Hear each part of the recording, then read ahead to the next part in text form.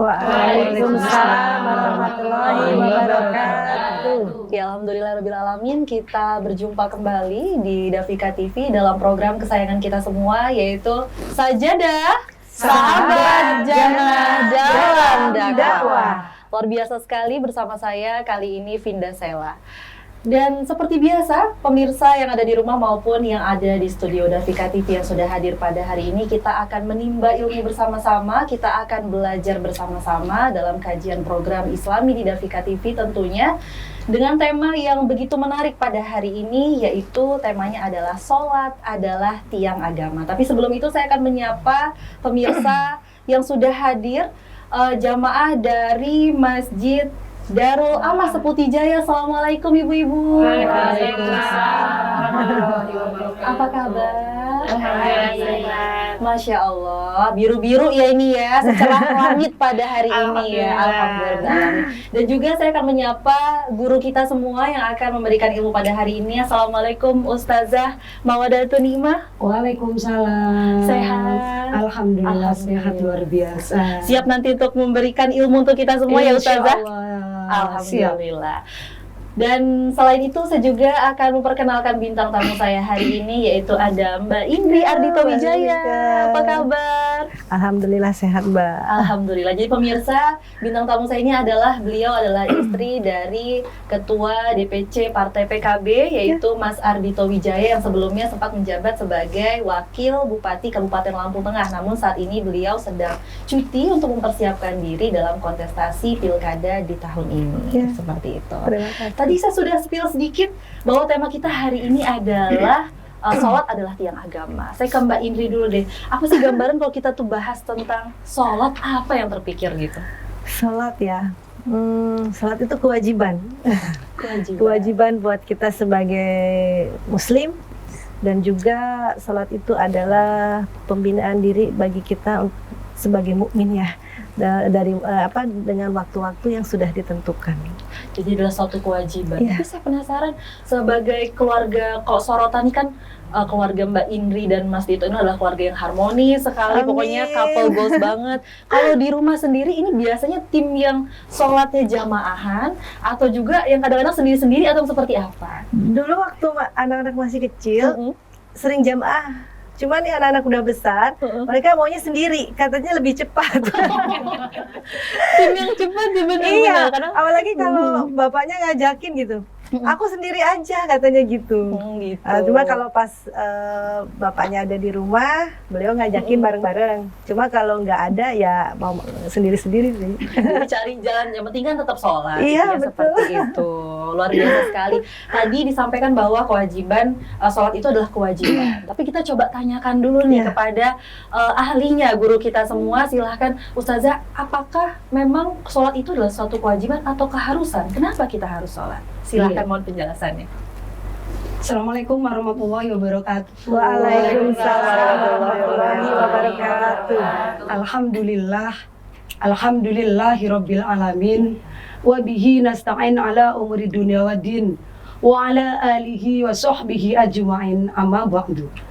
Pemirsa Dafika TV yang dirahmati oleh Allah, tentunya kita sangat bersyukur pada hari ini kita diberi kesehatan oleh Allah, sehingganya kita dapat bertolabul ilmi dalam sebuah acara yang luar biasa, acara di Dafika TV, yaitu acara Sajadah Sahabat Jannah dalam Dakwah. Mudah-mudahan kita berkumpul hari ini, kelak kita akan dikumpulkan oleh Allah di surganya. Amin, amin, ya robbal alamin. Jemaah yang dirahmati oleh Allah, tentunya kita sebagai umat muslim yang bertakwa, kita mempunyai beberapa kewajiban yang harus kita jalankan dan harus menjauhi semua larangannya.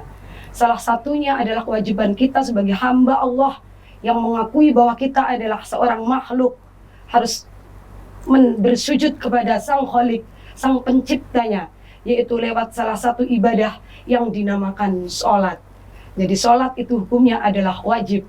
Kalau kita mengaku sebagai orang mukmin, orang Islam yang tentunya beriman, maka jangan sekali-kali kita meninggalkan sholat.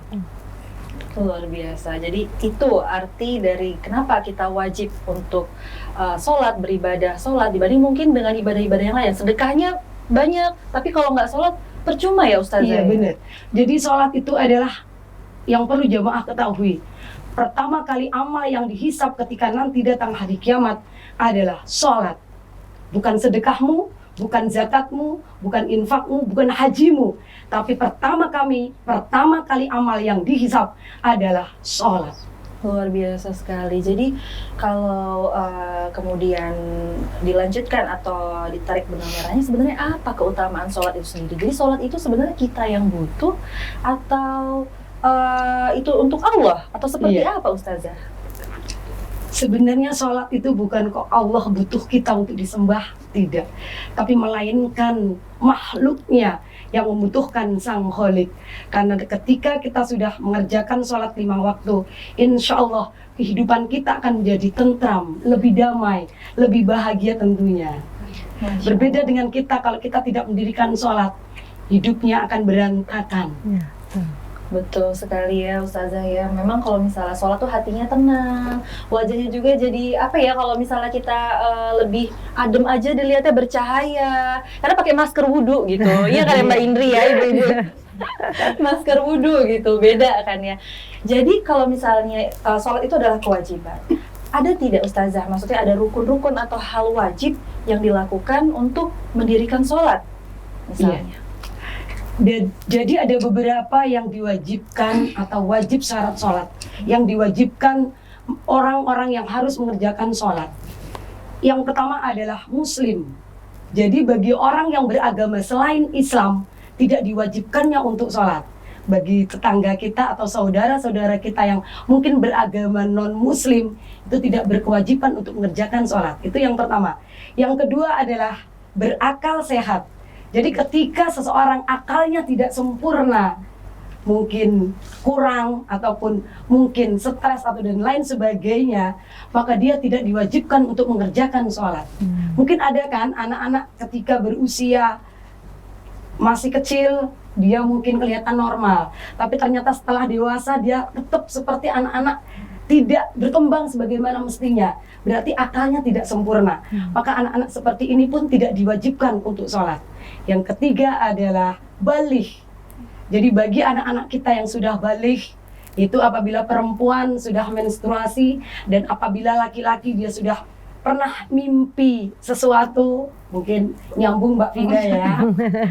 Kalau Bu Indri kayak nyambung, apalagi jamaah di sini nyambung semua. Senior semua Ustazah. Iya, tapi kayaknya Mbak Fida masih ya agak bingung gitu ya. Jadi itu adalah kewajiban mereka setelah dia balik, maka wajib untuk melaksanakan sholat.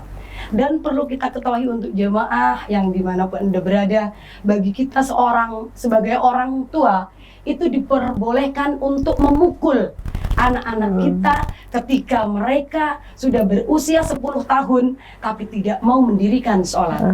Saking pentingnya sholat, maka orang tua diperbolehkan untuk memukul, tapi ya tentunya dengan wajar. Mukulnya nggak kok harus sangat menyakiti ya. Sebagai pembelajaran bahwa sholat itu adalah wajib bagi setiap muslim. Masya Allah, tabarakallah, luar biasa sekali. Berarti itu adalah inti kenapa kita harus sholat, kewajiban kita, dan kriteria harus seperti apa yang sholat. Berarti memang sholat itu adalah wajib, tapi tidak wajib kalau tadi salah satu tidak berakal. Berarti kalau misalnya kita nggak sholat, berarti salah satunya tidak berakal, berarti gila. Masuk kategori itu. Makanya otomatis bagi orang-orang yang tidak mau mendirikan sholat, secara tidak langsung dia mengakui bahwa dirinya adalah tidak berakal. Iya. Kalau kita berakal, kita pasti sholat gitu kan ya. Perbincangan kita makin seru nih, tapi rupanya kita harus jeda sejenak. Jadi tetap di Sajadah, sahabat jannah dalam dakwah.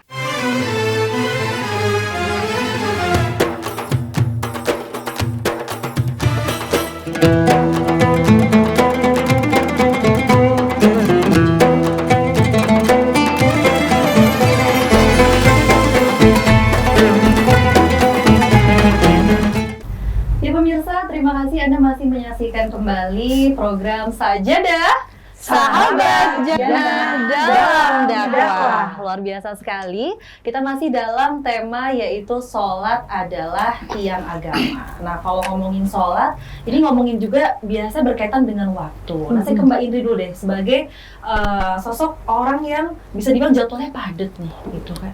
Jadwalnya padat sekali. Saya paham banget jadwalnya setiap minggu ini. Aduh, pasti nentuin ini apa mau kemana kan gitu. Tapi kalau misalnya berkaitan dengan jadwal yang padat, kemudian pernah nggak sih sholatnya kemudian dijamak gitu? Memang kan nanti saya juga minta klarifikasi sama Ustazah. Boleh. Wajib atau sunnah ya namanya dijamak itu ya. Cuma saya pribadi kalau sholat itu karena sudah ada waktu-waktunya ya. Jadi kalau kita beraktivitas sepadat apapun ya berhenti kalau waktunya sholat. Masya Allah. Jadi kalau saya lebih baik berhenti. Anggap saya seperti ngecas HP ya Bu ya. HP itu kan kalau habis kita cas. Nggak bisa kita cas sekarang buat nanti malam kan. Jadi saya begitupun kalau saya makan pagi, makan siang. Saya nggak bisa saya tarik ke sore ataupun ditarik ke sini. Jadi saya pikir kalau waktunya sholat ya berhentilah. Karena memang Berarti sudah bukan hanya kewajiban tapi kebutuhan. iya, ya, itu Bu. sudah kebutuhan buat saya. Iya. Karena seperti dibilang baiknya sholat segala urusan tuh baik, rusaknya sholat ya segala urusan itu rusak. Mungkin itu sih kalau buat saya pribadi ya. Masya Saya Allah. bicara begini ya mengingatkan diri saya sendiri dan juga mungkin teman-teman atau sahabat. Jadi kalau buat saya pribadi, kalau memang waktunya sholat berhentilah. Kemudian setelah itu lanjutkanlah kegiatannya. Masya Allah, ini nggak aku dengerin karena aktivitasnya padat banget, ibu-ibu semua, Mbak Indri ini padat banget. Jadi kan kadang kalau ini mager lah, males lah gitu jadinya kan. Jadi mending sekalian. Nah, ini kita coba tanya ke Ustazah ya, maksudnya kira-kira bagaimana kalau misal kita menjamak, tujuannya kan sama-sama untuk beribadah, tapi kita jamak karena ada kegiatan lain Ustazah, silakan. Iya. Jadi tidak ada alasan bagi seorang muslim, seorang mukmin yang beriman untuk meninggalkan sholat dalam hal apapun, dalam kondisi apapun. Jadi ketika sholat itu boleh dijamak atau dikosor, itu adalah bagi orang yang masih dalam perjalanan, dalam berpergian. Itu pun harus lebih dari 90 km. Jadi seandainya kok kita perginya cuman sekitaran sini aja atau mungkin saking padatnya acara, itu tidak diperbolehkan untuk dijamak atau diqodho. Tetap kita harus menyisihkan waktu kita sebisa mungkin. Benar kata Bu Indri tadi, kita berhenti dulu aktivitas apapun, kita sholat sebentar. Paling kita sholat berapa menit sih Bu? 1 menit aja udah, wah udah luar biasa ya Bu ya. Kan ibu-ibu di sini juga mungkin sudah hafal nih dari bacaannya, saking hafalnya jadi ngebut sholatnya cepat selesai. Jadi tidak ada alasan satupun untuk tidak sholat. Luar biasa sekali ya. Jadi memang apapun aktivitasnya berhenti aja sejenak gitu iya, kan ya. Karena waktu sholat juga biasanya nggak banyak ya kan, karena ada batas-batas waktunya Untuk tertentu. mengecas diri lah. Ngecas diri ya, rehat sejenak Iya, dari hiruk pikuk kesibukan iya, kita betul. ya Mbak ya. Luar biasa sekali. Tapi ini tampaknya sudah banyak juga yang mau bertanya nih kayaknya dari para jamaah ini. Siapa ibu yang mau bertanya? Ada banyak kayaknya. Semuanya yang mau bertanya seperti biasa Ustazah. Kita pilih semua atau gimana? Kita pulang lebih malam sedikit. Kita pilih bagian depan ya. Saya pilih. Boleh silahkan ibu, boleh perkenalkan diri. Terima kasih dikasih waktu saya untuk bertanya, Bu Ustazah. Assalamualaikum warahmatullahi wabarakatuh. Waalaikumsalam warahmatullahi wabarakatuh. Perkenalkan, nama saya Ibu Sugiah dari Jamaah Darul Amal Seputi Jaya, Blok Banten. Izin bertanya, Bu Ustadz, Iya, monggo-monggo. meninggalkan sholat itu termasuk dosa besar atau kecil? Apakah bisa diampuni dosanya? Iya. Terima kasih. Terima kasih. Ini mewakili pertanyaan saya dan mungkin jamaah yang lain. Ya. Kan kadang, aduh ini nggak sholat nih, jadi Sempet nih ya. Tapi kan nggak sengaja lupa karena padat gitu. Alasan aja ya ibu-ibu. Kira-kira gimana silakan Iya. dengan penjelasan. Meninggalkan sholat itu adalah termasuk dosa yang besar. Jadi barang siapa yang meninggalkan sholat berarti dia bisa kafir, ya, ataupun bisa fasik. Fasik akhirnya nanti bisa kafir. Jadi hati-hati. Jadi sholat ini adalah wujud dari ketaatan kita kepada Allah. Karena dalam sholat inilah kita mengingat kepada Allah. Tentunya 24 jam kita kan sering terlupakan oleh kegiatan dunia yang penuh dengan warna-warni kan. Jadi kesibukan masing-masing, akhirnya kita terlupakan, terlena, tidak mengingat kepada Allah. Tapi dengan kita sholat sejenak ketika itu, kita mengingat kepada Allah. Dan apabila kita mungkin lalai dalam mengerjakan sholat, cepatlah kita bertaubat dan cepatlah kita menggantikan sholat yang kita tinggalkan. Sholat itu diperbolehkan kita nggak sholat, tapi ketika satu ketiduran. Memang misalkan kan ada ya, mungkin jam 11 kita tidur, saking capeknya, keselnya dibangunin nggak bangun-bangun sampai jam 3. Waktu asar sudah habis. Waktu duhur sudah habis, sudah masuk waktu asar. Tapi kita dalam hati tidak berniat untuk meninggalkan sholat. Tapi karena kita ketiduran, maka kita harus cepat-cepat bertaubat dan cepat kita mengkodok sholatnya. Oh, jadi di kodok boleh Boleh, ya, tapi jangan sengaja. Jangan sengaja. Ini kan tadi kan nggak sengaja. Namanya orang tidur itu kan kayak orang mati kan. Kadang dibangunin nggak bisa gitu. Tapi kalau kita dibangunin udah apa ya, udah terasa malas-malasan gitu, tetap dosa, nggak boleh. Yang paling susah itu subuh sebenarnya Ustazah kalau saya. Jadi sambil di kodok sama sholat duha biasanya. Itu nggak boleh. Nggak boleh ya. Iya. Nah, kalau kita baru bangun tidur, tapi maksudnya baru bangun tidur banget gitu, maksudnya jam 6 lah sekitar jam itu masih masuk sholat subuh nggak sih Ustazah? Dari pembenaran ya. Kalau mataharinya memang belum kelihatan, Masih itu boleh. waktunya masih boleh. Tapi kalau udah cerah, mataharinya udah ini, ya udah nggak boleh lagi. Itu udah duha ya Mbak Udi. Berarti memang harus bangunnya lebih pagi ya Iya. Ustazah ya, luar biasa. Ini masih ada yang mau bertanya lagi Ibu-ibu? Ada. Oke, masih banyak. Tapi kita pilih barisan berikutnya aja deh. Silahkan, mungkin kita pilih yang di pojokan. Silahkan Ibu perkenalkan diri. Perkenalkan, Assalamualaikum warahmatullahi wabarakatuh. Waalaikumsalam warahmatullahi wabarakatuh. Perkenalkan, nama saya Ibu Sulistiana dari Majelis Tahlim Masjid Darul Amal. Bu, saya mau bertanya, apakah seorang perempuan itu lebih baik sholat di rumah apa di masjid? Itu saja yang mau saya tanyakan, Bu. Terima kasih. Assalamualaikum warahmatullahi wabarakatuh. Waalaikumsalam warahmatullahi wabarakatuh. Terima kasih untuk pertanyaannya. Silahkan mohon penjelasannya. Iya. Jadi seorang laki-laki ini sholat terbaiknya adalah di masjid, berjamaah di masjid. Tapi seorang perempuan paling baik, lebih utamanya adalah sholat di rumah.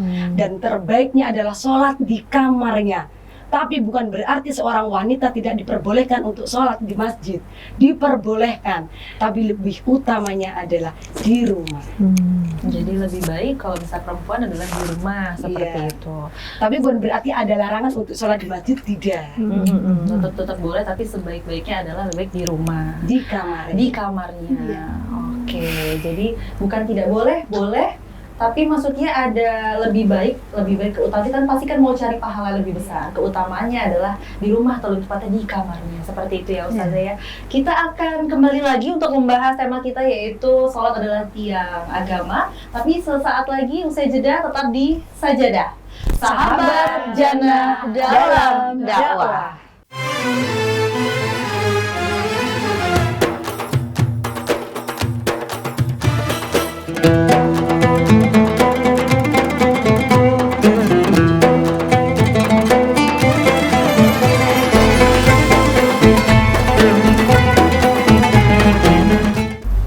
Ya pemirsa, kembali lagi dalam program kesayangan kita yaitu program Sajadah Sahabat Jannah dalam dakwah. Ya luar biasa sekali untuk pemirsa yang ada di rumah yang mungkin baru bergabung. Jadi hari ini kita sedang membahas tema yaitu sholat adalah tiang agama. Nah dengan tema itu sholat adalah tiang agama. Mungkin dari Mbak Indri ada pengalaman atau ada hal yang ingin ditanyakan mungkin ke Ustazah? Iya.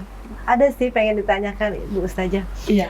Saya sering lihat kalau lagi di perjalanan ya sholat di masjid ya. Memang kalau mungkin sering kita melihat pada saat Allahu Akbar ya. Gerakan Ada yang di ya. sini, ada yang di Iya. sini. Nah itu saya nggak ngerti apakah ada artinya masing-masing atau memang bebas aja diperbolehkan. Karena kalau saya mungkin lebih yang standar gitu ya. Cuma kadang saya bertanya, kadang ada yang di sini, kadang ada yang terlalu tinggi. Apalagi kalau laki-laki kan agak tinggi gitu ya Bu ya. Kalau kita kan pasti di bawah sini ya. Mungkin itu sih Ustazah saya. Perbedaan gerakan. Iya, perbedaan berarti ya, gerakan Mbak, itu apakah ada artinya atau bagaimana gitu?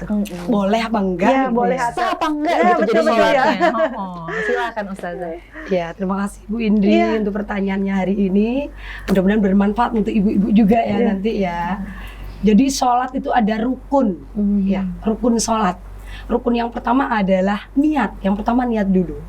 Jadi harus niat itu wajib dalam hati. Ketika kita takbiratul ihram itu adalah kita melafalkan niat. Kita adalah dalam hati kita berniat sholat. Itu ketika kita takbiratul ihram.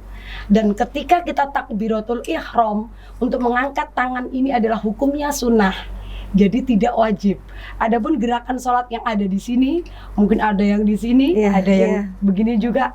Itu adalah menurut madhab masing-masing. Jadi diperbolehkan, sah-sah saja. Bahkan mungkin kalau yang sudah pernah ke Mekah ya, ke Baitullah itu sholatnya kan macam-macam, gerakannya macam-macam. Itu sah-sah saja. Karena tangan pun tidak dilipat di sini pun itu diperbolehkan. Kita hanya menjaga kenapa tangan kita kok harus di sini, itu menjaga agar sholat kita tidak bergerak. Karena kalau kita bergerak lebih dari 3 kali itu membatalkan sholat. Jadi setidaknya kalau tangan kita di bawah, pastinya kan pingin gerak terus kan, banyak cari aman. Kita lebih baik di sini. Begitu Bun.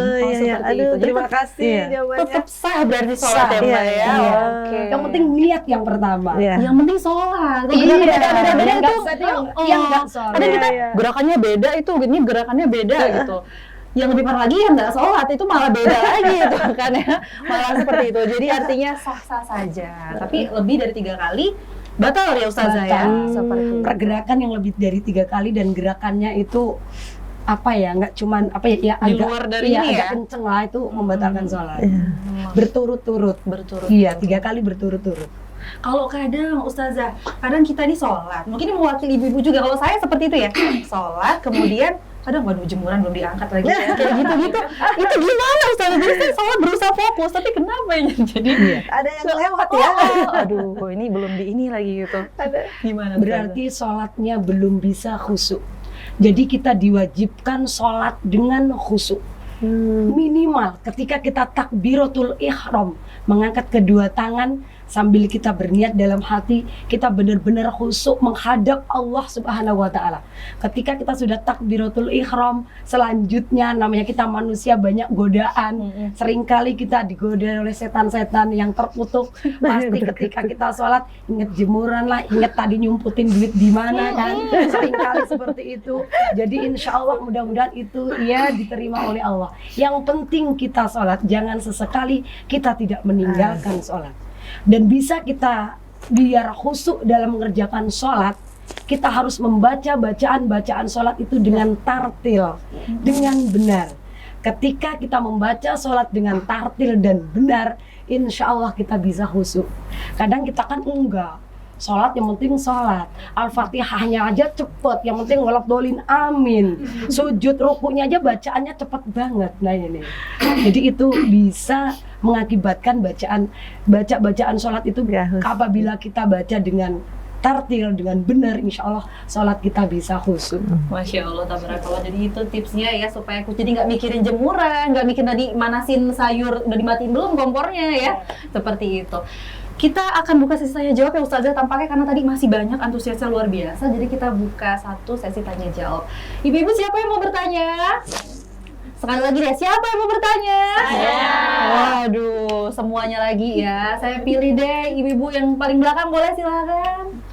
Assalamualaikum warahmatullahi wabarakatuh. Waalaikumsalam warahmatullahi wabarakatuh. Perkenalkan Ibu Ustazah, saya Ibu Cica Lestari dari Majelis Taklim Masjid Darul Amal. Bu Ustazah, saya mau bertanya dong. Ye, monggo. Orang yang mu'alaf itu orang yang mu'alaf apakah harus mengganti sholatnya ketika dia belum masuk Islam? Itu saja Bu Ustazah. Assalamualaikum warahmatullahi wabarakatuh. Waalaikumsalam warahmatullahi wabarakatuh. Pertanyaannya bagus, menarik ya Ustazah, karena mungkin mewakili saudara-saudara kita mungkin sedang menonton di rumah yang mungkin baru juga mu'alaf, baru mengenal Islam. Apakah saya harus mengganti, misal usianya 25 tahun, apakah dia harus mengganti yang sebelum-sebelumnya? Silahkan Ustazah. Jadi dari awal tadi sudah saya sampaikan bahwa siapakah orang yang wajib mengerjakan sholat. Yang pertama adalah muslim. Jadi non muslim tidak diwajibkan untuk sholat. Maka ketika ada agama lain, ketika itu dia mu'alaf, dia masuk Islam, dia wajib sholat adalah ketika dia sudah mu'alaf. ketika dia sudah membaca 2 kalimat syahadat, maka otomatis dia wajib untuk mengerjakan sholat.